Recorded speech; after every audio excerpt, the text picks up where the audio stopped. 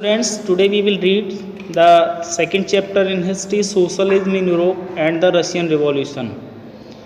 In this chapter, we will read about the socialism, and you can say, you know, Europe में समाजवाद और रूसी क्रांति। तो हमें यूरोप के समाजवाद के बारे में पढ़ना है कि यूरोप में समाजवाद का विकास कैसे हुआ और समाजवाद कैसे फैला, और समाजवाद की जो विचारधारा है वो यूरोप से निकल कर के बाकी पूरे विश्व में किस प्रकार से उसका विस्तार हुआ है। तो सबसे पहला जो सेक्शन है, the age of social change, सामाजिक परिवर्तन का युग, हम वहाँ से शुरुआत करेंगे।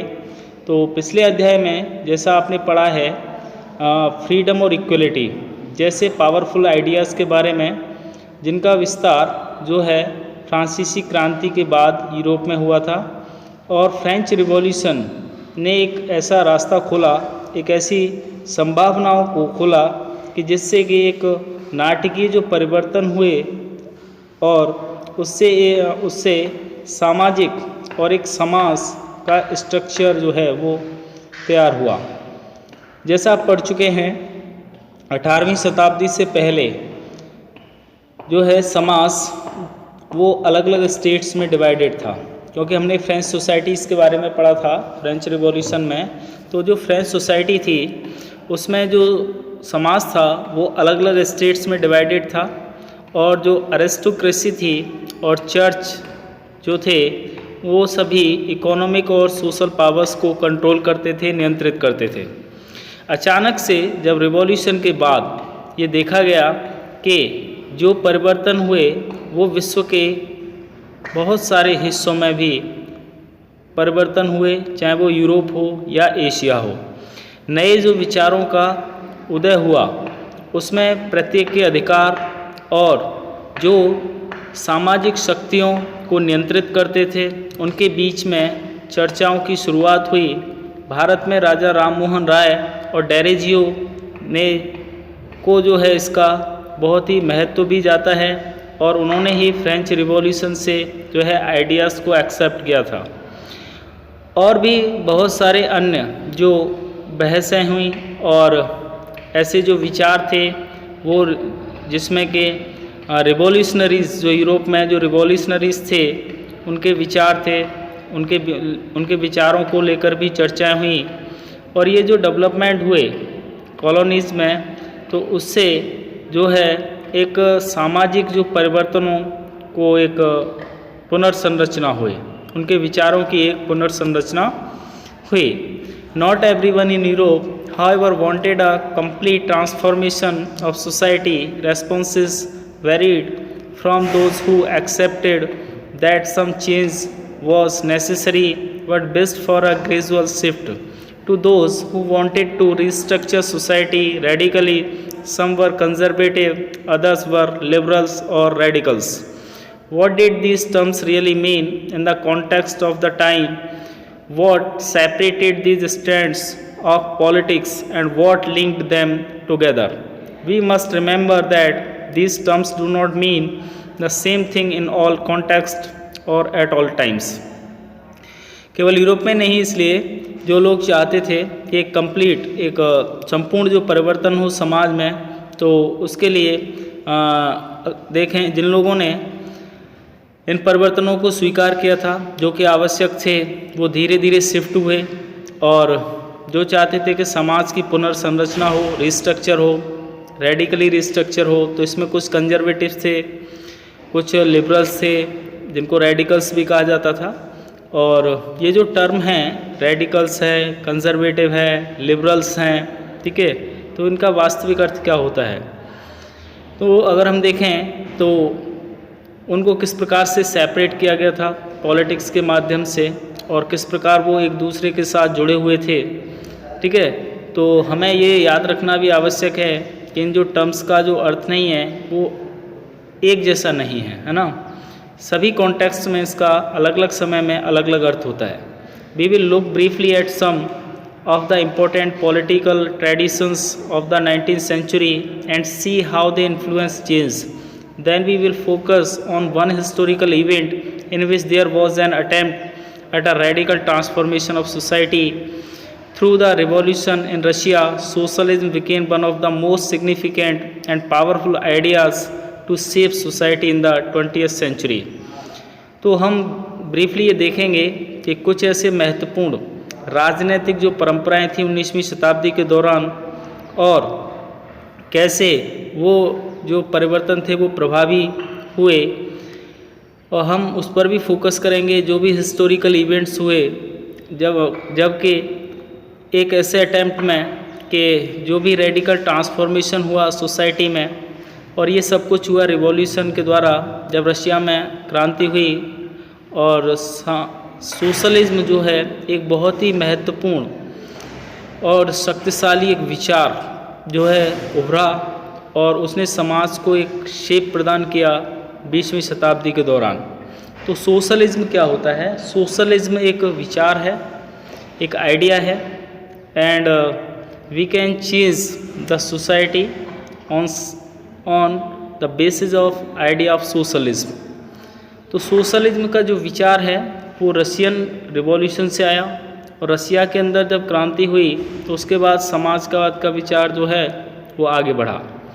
तो समाजवाद के विचार को बढ़ाने का श्रेय किसको जाता है, और समाजवाद किस प्रकार से उसका जन्म हुआ, उसका उदय कैसे हुआ और उसकी शुरुआत कैसे हुई, और किस प्रकार वो जो है विश्व पटल पर उसका प्रसार हुआ, तो उन सब के बारे में हम आगे अध्ययन करेंगे।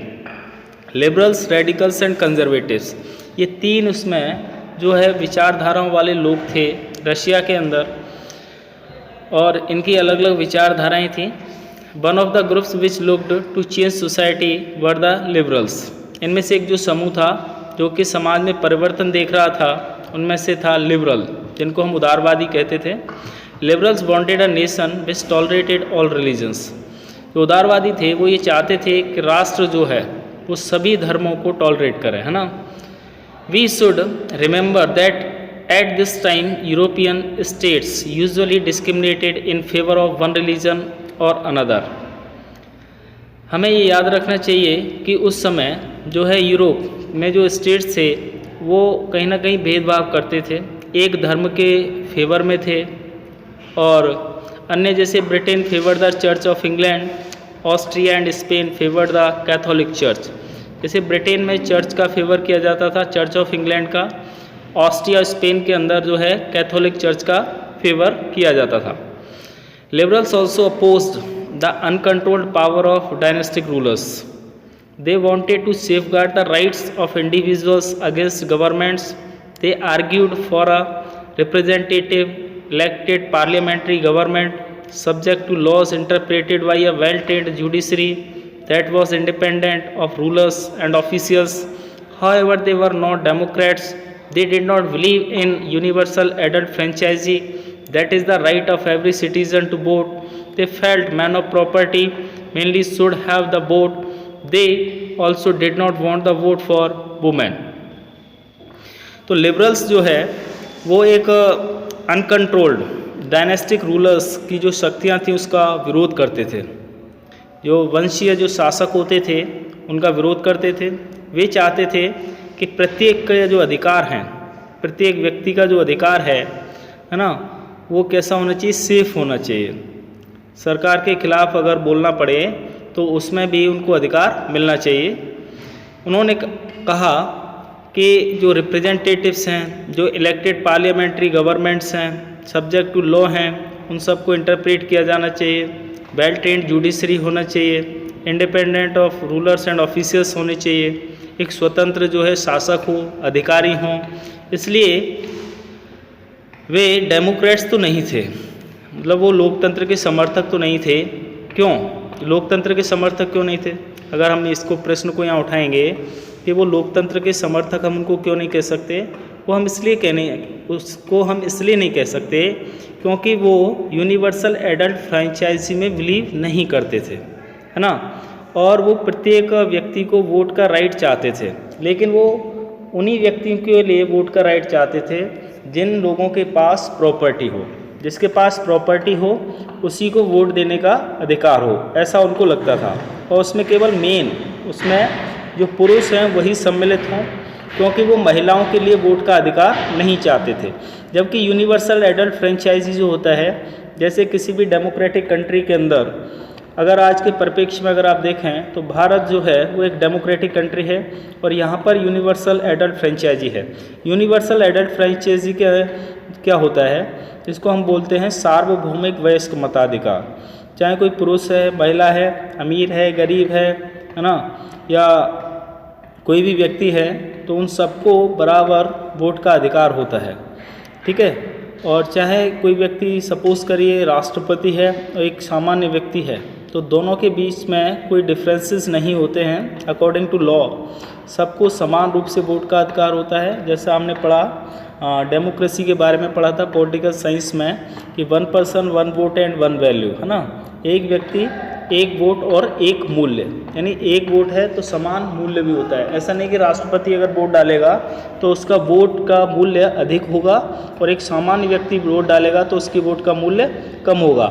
अगर जब वोट काउंट्स होता है तो उसमें आप देखते हैं कि सबकी वोट्स को काउंट जब किया जाता है तो ऐसा नहीं है कोई गरीब का वोट है तो वो गरीब का वोट है तो 1 वोट काउंट होगा, कोई अमीर का वोट है तो 10 वोट काउंट होगा, है ना। तो यही तो यूनिवर्सल एडल्ट फ्रेंचाइजी है कि यूनिवर्सल एडल्ट फ्रेंचाइजी के अंतर्गत जो है सभी व्यक्तियों को समान रूप से वोट का अधिकार होता है, चाहे वो गरीब अमीर हो या वो महिला हो या पुरुष हो। तो जो लिबरल्स थे उनका मत ये था कि जिन लोगों के पास प्रॉपर्टी है उन्हीं को वोट का अधिकार मिलना चाहिए, उसमें भी जो व्यक्ति हैं जो पुरुष हैं उन्हीं को वोट का अधिकार मिले। इसलिए हम ये कह सकते हैं कि वो डेमोक्रेटिकली जो है वो डेमोक्रेटिक जो एक आइडिया है उसके वो समर्थक नहीं थे, लेकिन वो जो है उसके तो समर्थक नहीं थे, लेकिन वो डायनेस्टिक रूलर्स के भी क्या थे, वो अगेंस्ट थे। In contrast, radicals wanted a nation in which government was based on the majority of country's population। अब दूसरा जो हम पढ़ रहे हैं, दूसरे कॉन्टेक्स्ट जो रेडिकल्स कौन थे, तो रेडिकल्स चाहते थे कि ऐसा राष्ट्र हो जहां जो कि सरकार मेजॉरिटी के आधार पर जो है मेजॉरिटी के बेस पर ही जो है उसका गठन होना चाहिए और राष्ट्र की जो जनसंख्या है उसमें जिसकी मेजॉरिटी हो उसी की सरकार होना चाहिए। Many supported women's suffragette movements. Unlike liberals, they opposed the privileges of great landowners and wealthy factory owners. They were not against the existence of private property, but disliked concentration of property in the hands of a few. तो हम radicals की बात कर रहे हैं, तो radicals में बहुत सारे जो है वो महिलाओं के मूवमेंट्स के समर्थक थे। इस अनलाइकली अगर हम देखें तो वो लिबरल्स के अपोजिट में नहीं थे, वे केवल कुछ प्रिविलेजेस को लेकर के उसका विरोध कर रहे थे। जो लैंड ओनर्स थे या वेल्दी फैक्ट्री ओनर्स थे, जो समृद्ध फैक्ट्री के जो मालिक होते थे, उनको जो अधिकार मिले हुए थे उनका वो विरोध कर रहे थे। वे प्राइवेट प्रॉपर्टी के एग्जिस्टेंस के अगेंस्ट नहीं थे, है ना। जो प्राइवेट प्रॉपर्टीज़ थी जिनके पास अपनी संपत्तियां थी तो उनके वो विरोधी नहीं थे, बल्कि वो जो है प्रॉपर्टी वो कुछ ही लोगों के हाथों में हो, है ना, कुछ ही लोगों के वो प्रॉपर्टी हाथों में हो, वो इस बात के विरोधी थे। Conservatives were oppose to radicals and liberals. Conservative जो थे वो रेडिकल्स और लिबरल्स दोनों का विरोध कर रहे थे। After the French revolution however even conservatives had opened their minds to the need for change. Earlier in the 18th century conservatives had been generally opposed to the idea of change. By the 19th century, they accepted that some changes was inevitable, but believed that the past had to be respected, as change had to be brought about through a slow process. Conservative कौन थे? इनको रूढ़िवादी कहा जाता था। तो जो रूढ़िवादी थे वो रेडिकल्स और लिबरल्स दोनों के विरोधी थे। और फ्रेंच रिवॉल्यूशन के बाद उन्होंने कंजर्वेटिव्स ने अपने जो उनके जो माइंड्स थे वो उन्होंने जब उनका ओपन हुआ तो वो क्या है कि परिवर्तन आवश्यक है ऐसा वो मानते थे, लेकिन वो ऐसा भी मानते थे कि 18वीं शताब्दी के प्रारंभ में जो कंजर्वेटिव्स थे वो सामान्यतः आइडिया ऑफ चेंज का विरोध कर रहे थे, मतलब जो परिवर्तन के जो विचार थे उनका विरोध कर रहे थे। और 19वीं शताब्दी से जो है उन्होंने कुछ परिवर्तनों को एक्सेप्ट भी किया था और उनका विश्वास ये था कि हमें अपने पास्ट को भी, हमारा जो पास्ट रहा है उसका भी हमें सम्मान करना है और उसके साथ साथ जो परिवर्तन हो समाज में, जो भी परिवर्तन हो वो धीरे धीरे होने चाहिए, एक साथ कोई भी परिवर्तन नहीं होना चाहिए। इसका मैं एक उदाहरण आपको देता हूँ। जैसे हमारे भारतीय समाज में भी पहले बहुत सारी ऐसी परंपराएं विद्यमान थीं जो हमारे समाज के विकास पर एक धब्बा साबित हुई। जैसे अगर हम सती प्रथा की बात करते हैं तो सती प्रथा जो है वो हमारे समाज में पहले व्याप्त थी, लेकिन 1829 में सती प्रथा के ऊपर प्रतिबंध लगाया गया, है ना। लेकिन धीरे धीरे वो सती प्रथा जो है वो 19वीं शताब्दी और कुछ 20वीं शताब्दी में भी इसकी घटनाएं देखने को मिली प्रतिबंध के बाद भी, तब जा कर के वो प्रथा अब जा कर के हमारे समाज से लगभग समाप्त हुई है। तो समाज में जब कोई परिवर्तन होता है तो वो एक स्लो प्रोसेस से होना चाहिए, ऐसा वो मानते थे रूढ़िवादी जो विचारक थे या रूढ़िवादी के जो समर्थक थे। उनका मत ये था कि समाज में परिवर्तन हो, लेकिन वो एक साथ परिवर्तन नहीं होना चाहिए। तो इसलिए वो रेडिकल्स और लिबरल्स दोनों के ही विचारों का विरोध कर रहे थे। Such differing ideas about social changes clashed during the social and political turmoil that followed the French Revolution. The various attempts at revolution and national transformation in the 19th century helped define both the limits and potential of these political tendencies. कुछ ऐसे जो differing ideas थे जिनके बारे में जो सामाजिक परिवर्तन हुए तो उन्होंने क्लैश भी किया, है ना। उनके बीच में कुछ जो है क्लैश भी था, और ये जो सोशल और पॉलिटिकल जो टर्मोइल रहा उसको फ्रेंच रिवॉल्यूशन के दौरान भी फॉलो किया गया था। और विभिन्न ऐसे अटैम्प्ट हुए रिवॉल्यूशन के दौरान जो नेशनल ट्रांसफॉर्मेशन हुआ, जो राष्ट्रवादी अगर हम कहें जो राष्ट्रीय जो भी परिवर्तन हुए 19वीं शताब्दी के दौरान, उसमें सहायता भी मिली। और इसमें जो लिमिट्स थी उनका जो पोटेंशियल रहा, तो ये कहीं ना कहीं एक पॉलिटिकल टेंडेंसीज का जो है अगर हम देखें तो एक राजनीतिक जो टेंडेंसीज थी उनके कारण ये सब कुछ परिवर्तन संभव हो पाए। और ये जो परिवर्तन थे वो एक साथ नहीं हुए, क्योंकि फ्रेंच रिवॉल्यूशन के बाद जो है फ्रांस के अंदर जो है फ्रीडम और इक्वलिटी का जो है एक झंडा बुलंद भी हुआ और वहाँ के लोगों को स्वतंत्रता प्राप्त हुई, उनके बीच में एक समानता का भाव जो है वो क्रिएट किया गया। तो वहाँ एक डेमोक्रेटिक विचारधारा को जन्म हुआ। तो इसी प्रकार से वो धीरे धीरे जब बाकी यूरोप के हिस्सों में फैला तो रशिया के अंदर जो है जो अलग अलग विचारों के जो लोग थे, चाहे वो लिबरल्स थे या रेडिकल्स थे, ठीक है, या कंजर्वेटिव्स थे, उनके विचारों में भी आपस में कुछ क्लैशेस हुए थे, है ना। तो सब अपने अपने विचारों के जो है समर्थक रहे, तो उनके विचारों में भी कुछ क्लैशेस हुए। तो इसी कारण से जो है वहाँ सामाजिक परिवर्तन भी हुए। तो हम नेक्स्ट सेक्शन जो है वो कल आगे स्टडी करेंगे, ठीक है ना।